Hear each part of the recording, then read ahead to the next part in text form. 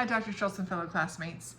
For this week's discussion on grant proposals, I decided to see if I could find some grant information that would help me pay for travel and for my research, as well as printing costs for some of the things I want to do with my dissertation.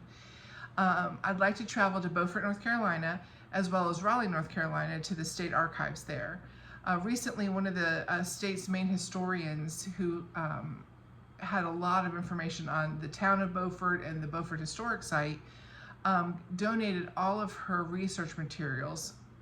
I'm thinking it's like 60, 70 boxes of information to the BHA in Beaufort, North Carolina, and they are going to share that with the state archives. So getting to go through that material would be phenomenal for my dissertation research. So I found a couple different grant ideas, but the main one is from the American Association of University Women, and they do short-term publication grants of up to $8,000 that includes travel, food, lodging, childcare if you need it.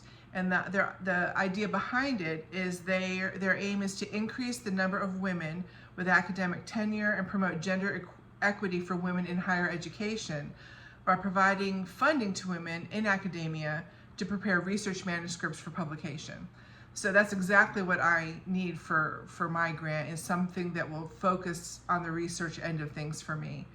And like I said, they will give up to $8,000. When I figured out my tentative costs for travel, transportation, lodging, food, print, that type of thing, came out to about $5,000, and their grants go up to $8,000. So that would be a great option for me.